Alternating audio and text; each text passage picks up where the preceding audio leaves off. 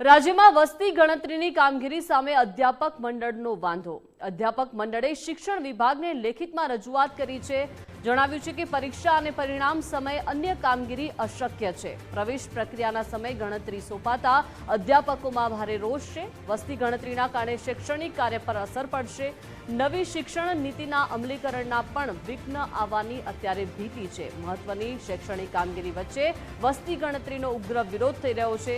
અધ્યાપકોએ શિક્ષણ કાર્યને પ્રાથમિકતા આપવા સરકારને વિનંતી કરી।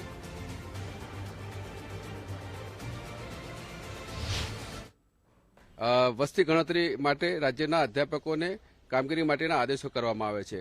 તાજેતરમાં આપણે જોઈએ કે હમણાં ધોરણ 12નું રિઝલ્ટ બહાર પડશે, એ પછી જીકાસ પોર્ટલ દ્વારા રાજ્યમાં પ્રવેશ પ્રક્રિયા પણ શરૂ થવાની છે।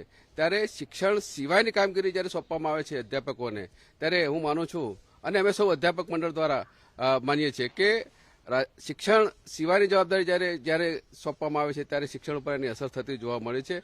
અને જ્યારે 2027 વર્ષની વાત કરીએ ત્યારે નવી શિક્ષણ પદ્ધતિ પ્રમાણે જે 4 વર્ષનું તબક્કો છે, 4 વર્ષનું સાયકલ છે, એ ચોથા વર્ષનો અંતિમ તબક્કો નવી શિક્ષણ પદ્ધતિનો છે, ત્યારે એના ઉપર ચોક્કસ અસર થશે એવું અમારે માનવું છે।